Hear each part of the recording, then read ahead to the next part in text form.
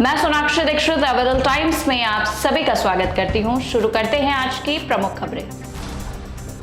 हाथरस में जिन भोले बाबा के सत्संग में भगदड़ के बाद 123 लोगों की जान चली गई, वह हादसे के 4 दिन बाद मीडिया के सामने आए।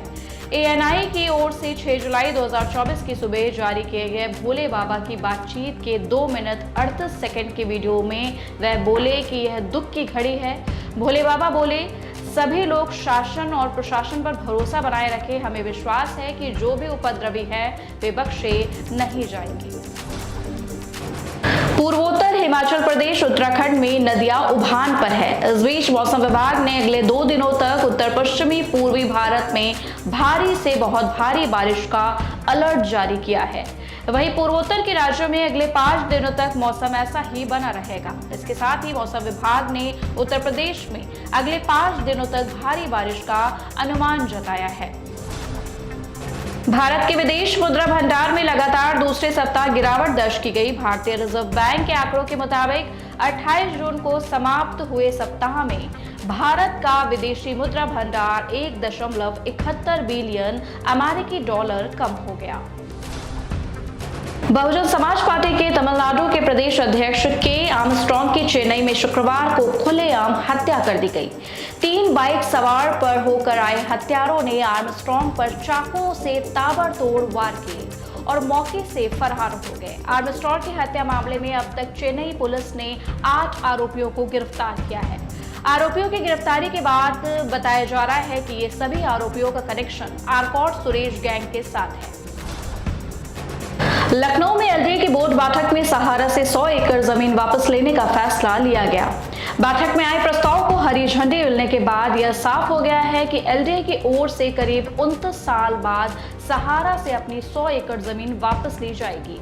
इसके बाद यहां ग्रीन एरिया डेवलप किया जाएगा। वर्तमान समय में इस जमीन के बड़े हिस्से पर अवैध कब्जे हैं जिन्हें ध्वस्त किया जाएगा।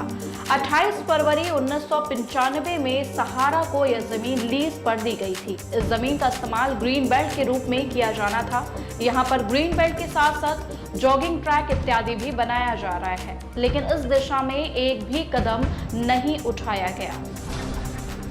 राष्ट्रीय जनता दल के 28वें स्थापना दिवस पर पार्टी के राष्ट्रीय अध्यक्ष लालू प्रसाद यादव ने कहा कि पीएम मोदी के नेतृत्व वाली सरकार बहुत कमजोर है।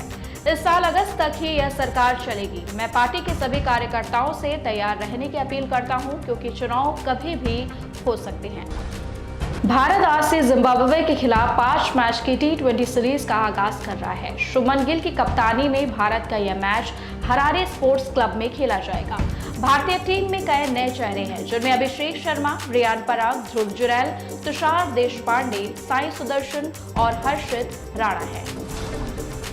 मुकेश अंबानी की टेलीकॉम कंपनी रिलायंस जियो इन्फोकॉम आईपीओ लाने की तैयारी कर रही है। कहा गया है कि वह 55,000 करोड़ रुपए से भी बड़ा हो सकता है।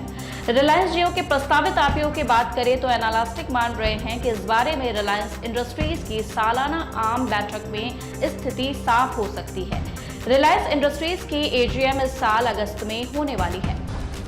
कल की फिल्म देश में नहीं बल्कि दुनिया भर में अच्छी कमाई कर रही है। फिल्म ने पहले अपने फर्स्ट वीकेंड में ताबड़तोड़ कमाई की और उसके बाद वीकडेज में भी ऑडियंस के बीच अपनी पकड़ बनाकर रखी है। कल्कि का अब तक का वर्ल्ड वाइड कलेक्शन 800 करोड़ रुपए से जरा कम रह गया है और आने वाले दिनों में यह 1000 करोड़ का आंकड़ा पार कर सकती है। हाथरस सत्संग में हुई मौतों के मामले में बहुजन समाज पार्टी की मुखिया मायावती ने कहा कि बाबा सहित सभी जिम्मेदारों के खिलाफ कड़ी कार्रवाई की जानी चाहिए। सरकार राजनीतिक स्वार्थ में कोई ढिलाई ना करे। ईरान में रिफॉर्मिस्ट मसूद पेजेश्कियान ने राष्ट्रपति का चुनाव जीत लिया। उन्होंने कट्टरपंथी माने जाने वाले उम्मीदवार सईद जलीली को मात दी है। चुनाव में सुधारवादी नेता पेजेश्कियान को 16.3 मिलियन वोट पड़े हैं, जबकि हाइडलाइनर यानी कट्टरपंथी उम्मीदवार सईद जलीली को 13.5 मिलियन वोट मिले। जून 2024 में भारत में इलेक्ट्रिक वाहनों की बिक्री में भारी गिरावट देखी गई, जहां 2 पहिया, 3 पहिया यात्री वाहनों और वाणिज्यिक वाहनों की कुल खुदरा बिक्री में 16% की वृद्धि हुई। वहीं इलेक्ट्रिक वाहनों की बिक्री में पिछले महीने की तुलना में 16.27% और पिछले वर्ष की इसी अवधि की तुलना में 20% की गिरावट देखी गई। ऑनलाइन टैक्सी सर्विस मुहैया कराने वाली कंपनी ओला कैब्स ने अब अपने बिजनेस में गूगल मैप्स का इस्तेमाल नहीं करने का फैसला किया है। इसकी जगह कंपनी अब खुद के बनाए ओला मैप्स का इस्तेमाल करेगी। जाने माने कॉमेडियन एक्टर टोनी नाइट की 54 वर्ष की उम्र में फ्रांस के लावोर में रॉक एंड कोर्स फेस्टिवल में एक दुर्घटना के कारण मौत हो गई। उद्योगपति मुकेश अंबानी के बेटे की शादी के पहले आयोजित संगीत समारोह में कई सितारे शामिल हुए। दीपिका पादुकोण, विकी कौशल, सलमान खान, आलिया भट्ट, रणबीर कपूर, सिद्धार्थ मल्होत्रा, कियारा आडवाणी, जानवी कपूर, शाहिद कपूर, वरुण धवन, आदित्य रॉय कपूर, विद्या बालन, शहनाज गिल और अन्य बॉलीवुड हस्तियों ने इस कार्यक्रम में शिरकत की। अभी के लिए बस इतना ही। ऐसे ही देश विदेश की तमाम बड़ी खबरें देखने के लिए अवरल टाइम्स के साथ जुड़े रहें। धन्यवाद।